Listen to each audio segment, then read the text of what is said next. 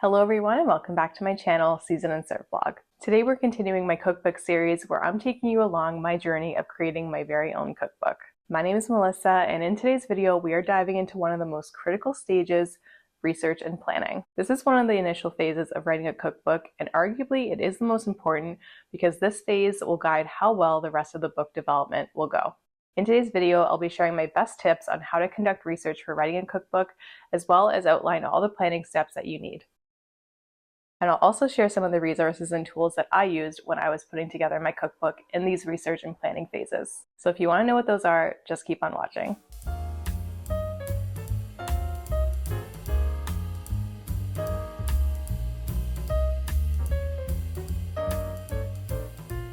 So the first step is to define the concept for your cookbook. And in my previous video, I talked about the concept for my book, which is all about cooking local and seasonal recipes from the west coast of Canada, where I live. So the concept is essentially the theme for your book. And when choosing a concept, you really should think about the current niche that you're in and how your cookbook can reflect that. You don't want to be putting out something totally brand new that's new to people, or else they may get confused. So reflecting your current niche is really important. And there's tons of cookbooks out there on the market. We all know that whenever we search for stuff, it comes up with hundreds, sometimes thousands of different cookbooks for even like a single subject matter, which is crazy. So amongst all that competition, you do want to make a cookbook that really stands out. And this way, people will be more intrigued to buy your book if it's on a particular subject or a really popular subject with a unique angle to it. So ultimately, when you're defining your concept for your cookbook, it'll aim to set you apart from other cookbooks on the market, which leads me to the importance of conducting market research. Now, this research doesn't have to be extensive. You can simply use Google and social media to do your market research. So for my market research, what I did is I used Amazon and Indigo, which are major book retailers in Canada, to do a little bit of research on the current books that are on the market. I also did specific searches for West Coast Canadian cookbooks to see what books are out there. And through that, I was actually able to identify a gap in the market because there's only a handful of cookbooks with that angle on the market, and none of them really approach it from creating seasonal recipes like how I have it laid out in my cookbook. I also made sure to read some of the reviews for the cookbooks to see if people were enjoying them or not, and what people really liked about the cookbook. So doing this market research will help you refine your concept and make sure that your cookbook is unique and that there is demand for it. Another great tool for market research is social media, and I particularly like Instagram just because you can go back on someone's feed and see kind of what posts they've done. But what I looked for is I followed some authors that I really like or have cookbooks from, and I went back to see kind of how they were branding their cookbook, how they were making it unique and personal to them, and I kind of got some ideas from that as well. You can scarily find a lot of information about people on social media, so it's a little freaky, but it is a really good tool for market research like that as well. And research on social media will also give you a little bit of insights to different creators and their audience, which I will talk about next.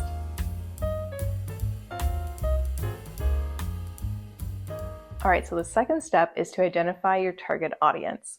And if you have a brand or a company right now, you should already know who your target audience is. But essentially, your target audience are the people that you're producing your content, materials, and ultimately your cookbook for. These people resonate with you, they share the same values and interests, and they also enjoy the content that you are currently creating. If you are a content creator or you just post casually on social media and you have a following. But it's really important to understand who these people are because it'll really help you set the tone, content, and style for your cookbook. So when researching your target audience, you want to make sure you look at demographic information such as age, location, and even gender. And you can get some of this information if you have social media. What I use is my Instagram business account, and it gives you all the analytics in the background about the people that follow you, including those demographics. You also kind of want to get to know your followers and kind of understand their lifestyle and also their cooking level. And this may be a little difficult to get insights on, but what I like to gauge, at least for cooking level, is to see if people have engaged with my recipes, if people have left comments saying they made the recipes. If they were successful in doing that, I can kind of gauge and see, if the recipes are a beginner, a moderate, or an advanced level, and I can kind of place an idea of where my target audience is based on that. But through this process, you're kind of making inferences as to who your target audience is and what their cooking skill level or their lifestyle is. So when in doubt, you can always do some polls on your social media. What I like to do is actually use Instagram polls because I think it's really quick and people love to give their opinion, but they kind of like to be a little anonymous and they like to give their opinion really quick. So I found Instagram polls is a really good tool to find this information out. So by using those polls, you can ask particular questions in order to get at that information. And you can also even ask your audience through an Instagram poll exactly what they want to see for your cookbook. So I did a poll like this on my Instagram, and you can actually go to my profile and click on my cookbook highlight in my profile, and you can scroll through and see the questions that I asked, and you can even see the answers to see what was most popular amongst my followers. And when in doubt, if you don't want to do that, you can actually put out an offer to your followers on social media to really sit down with you and do an in-depth interview and really get into answering some of your key questions. And a really good incentive for that is to actually offer them a $5 gift card or something like that to their favorite coffee shop. And surprisingly, a lot of people will take you up on that. So set a budget because people will want to do this and be able to provide support to you if they are a really good, loyal, and meaningful follower. This will allow you to do a longer form interview and gain a little bit more information that you may not be able to gain through an Instagram poll. In conclusion, it's really important to identify your target audience early on so that you're able to tailor and scope your book for those people that will be buying it.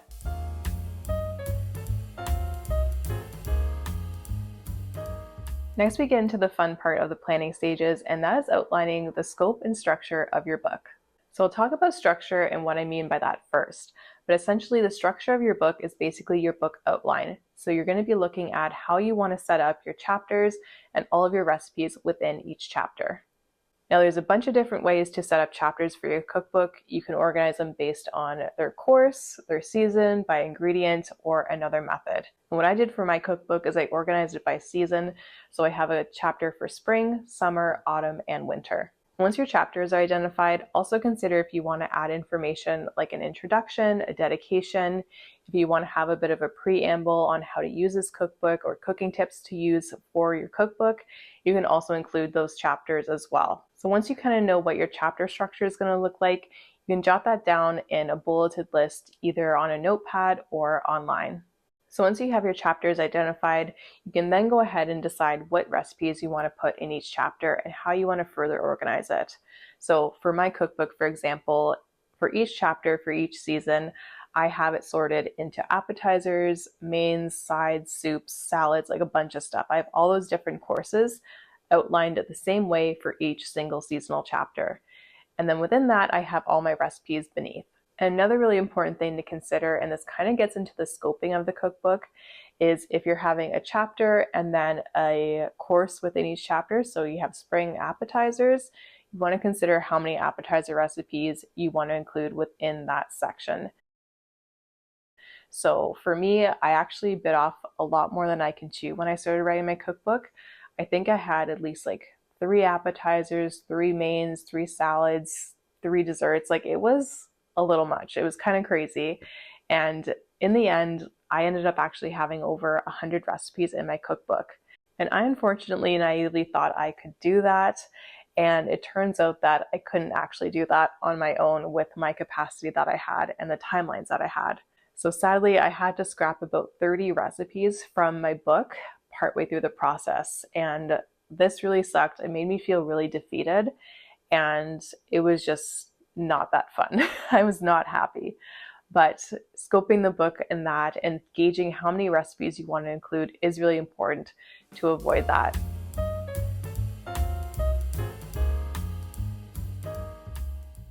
Now, the 4th step is to brainstorm a list of recipes. And for me, this was the most fun part of writing my cookbook, just sitting down and jotting down ideas of the recipes that I wanted to include or the recipes I wanted to develop. But I really liked this process because it was very creative and I loved coming up with recipe ideas and concepts. And that's probably why I'm a food blogger and a recipe developer. So begin by writing down all your recipe ideas, whether it's in a notebook or online. And after you have all of your ideas outlined, you can then sort it into your cookbook structure that you identified earlier. And then from here, once you have everything populated, you can then go ahead and make any additions or deletions or modifications as needed. So if you kind of get stuck in this creative process and coming up with recipes you want to include in your book, there are tons of different sources that are available to get you inspired. Whenever that happens to me, I like to refer to cookbooks that I have at home or magazines that I have laying around the house. I only read food magazines, so we have tons of food magazines around the house. And I like to kind of flip through and just see and get some recipe inspiration from those. Another great source of inspiration is social media, and of all the social media platforms, I really enjoy Pinterest the most because there are literally millions of ideas for recipes out there, and it's really nice, it's really organized with a lot of visuals and graphics, so you're easily able to see what you are or are not interested in right away. I would also say other platforms like Instagram, TikTok, and YouTube are also really good. A lot of these platforms really show you the recipes that are trending or popular right now, but it can also show you really unique stuff as well. But it's really important with all that inspiration that's out there in social media or in cookbooks and magazines that when you find a recipe that you're inspired by, you don't actually copy that recipe. There's definitely a difference between being inspired by a recipe versus fully copying the recipe. So I would say for your own credibility, never directly copy and paste the recipe ingredients or directions from another creator and try and pass it off as your own. It is just not a good idea. It's not credible. You're not going to gain trust with your audience, and it's just not going to be good, I feel. So in terms of tools for organizing all your recipes, again, you can just do this on pen and paper. You can do it in a Word document or a Google document. But the tool that I actually like to use the most was Milanote. And this isn't sponsored. I know they often do sponsorships with other creators, especially here on YouTube, but I'm just going to talk about this app because I thought this was the best app for organizing my cookbook. And I also use this actually now for organizing all of my blog and my blog content. So within Milanote, I created different boards for each chapter of my book. And then within that, I created columns to organize the recipes by recipe type. And I love this app because you can easily move things around without losing information, and you can also make it really visual by adding photos. So what I did in this board here is I just added some inspiration photos just so I can see what the recipe layout will look like in the end. You can also access this tool in multiple ways. You can just use the online version, which I use, but they also have a desktop app and a mobile app. So you're able to easily access your information when you're on the go or from anywhere whenever you get inspiration. So to get a sense of if this app is right for you, I would highly suggest downloading the free version. It has a lot of features, not all the features, but enough in order to give you a good enough sense to see whether or not you will use this or how you will use the tool. That's what I did, and I loved it. And I actually ended up buying the annual subscription, which gives you more features, and you can add a bunch of different information into it. It is awesome. And again, I use this now for planning all my blog content, my YouTube content. It is just great. So Milanote, please sponsor me. I can't say enough good things about this tool. It is just so good for organization, especially for a cookbook.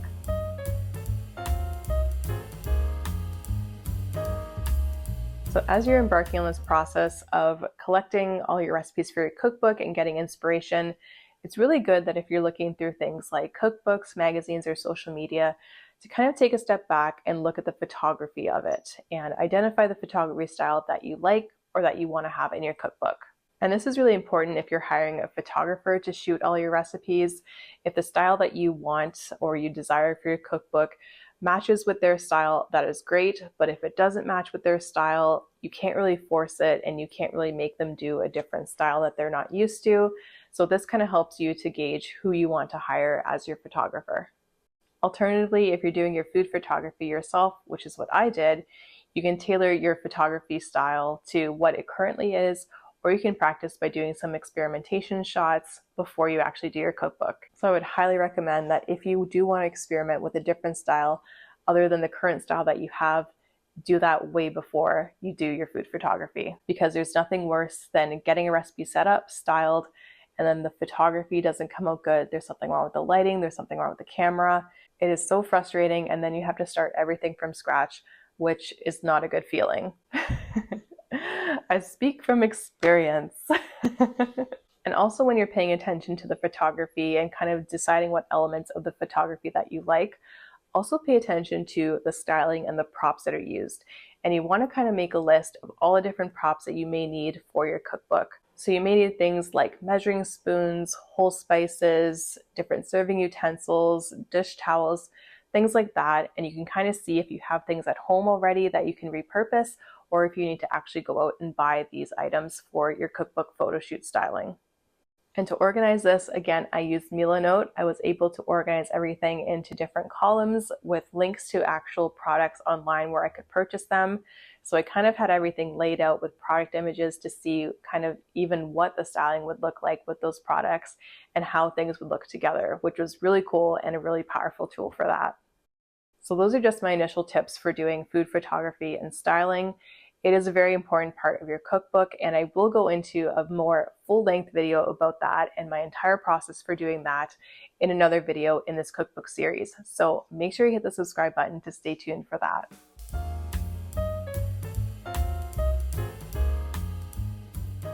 So the last step is to set a rough timeline and a budget for your cookbook project. For your timeline, you want to consider milestones for each phase. So think about how long it'll take you to develop your recipes, to test them, to write them out, to write your entire cookbook out, so on and so forth. Now, when I started writing my cookbook, I didn't really have a sense of the timelines. I kind of figured it out as I went. But if you want to kind of know what my timelines were and how it worked out for me, you can go back to my last video in my series. So the first video, or the first episode in my cookbook series. And this is where I talked about an overview of my project and kind of where I was at now and how long the phases that I completed took me. And I'm going to do a future video in this series where I walk through the entire process from start to finish and tell you about the timelines and the details for each of these milestones. So again, if you want to see that, make sure you subscribe. But overall, when you set a timeline for a project, you always have to stay flexible with it. Things can come up, things can change, you may get curveballs that come at you, and you'll have to quickly adapt. If you're not able to do that or you get frustrated in the process, it's just not going to be enjoyable, and writing a cookbook should be fun and enjoyable. Additionally, it's really important to set a budget for your project. There's nothing worse than getting into a project and making that investment to find out that you need more money than you already budgeted for. And I know, again, budgets can flex and you have to be adaptable with that, but getting a general sense of the budget is really important. And in terms of budget items that I really focused on, the first one was for the self-publishing cost. So I knew exactly how much it was going to cost for self-publishing and all the services that are required for that and for me to pay for. So that was the biggest thing. Additionally, a budget for props and accessories was really big. If you're buying new dishes, servingware, even like backdrops for your photos, like the vinyl backdrops, those can also get pretty expensive. So having a general props and styling budget is really important. Additionally, a photography budget is really important. So if you're looking at upgrading your camera, that is a very big expense and you want to know exactly how much that'll cost. Also with lighting equipment can be very expensive. So if you're looking to upgrade or to purchase new equipment, also make sure you account for those costs as well. Now, one aspect of the budget that I didn't consider, at least up until now, is a marketing budget. And I think marketing is really, really important because you obviously put in all this work to create a cookbook and you want to get out in the world and advertise it, but that costs money. And I am kind of realizing that now. I didn't actually set a marketing budget. I just thought like, oh, I can post to my Instagram and my social media to promote it. But if you want to take it a step further and get more marketing or more advertising, that costs money. Trying to absorb as much and do as much marketing as I personally can just to keep that budget down because I didn't really plan for it. So yeah, that is another big phase that I'm considering. So I think in the end, once I figure out all the marketing costs, I will come back with that information in a separate video and I can have all that information laid out for you. So overall, the research and planning part of writing a cookbook is really important. And again, it really sets the foundation for writing your entire cookbook. So taking the time to really follow these steps that I outlined in this video will really help you when you're writing your own cookbook. So again, if you want to stay tuned and keep updated on my cookbook journey, make sure you subscribe to my channel. I'm doing an entire cookbook series walking you through the process that I experienced going from the very start and the initial planning phases all the way to the end and the publication and the launch. It is going to be amazing, and I hope this will be a really good resource for anyone who's writing a cookbook out there. And if you haven't seen episode 1 yet, make sure you go back and watch that. That is currently on my cookbook playlist channel, and I hope you enjoy. And of course, if you have any questions as well, leave them in the comments below. I do want to collect all the comments and do a bit of a Q&A video, and I think that'll be really fun, and I can answer some of your questions. And that's it for the video. Thank you so much for watching, and I'll see you in the next one. Bye!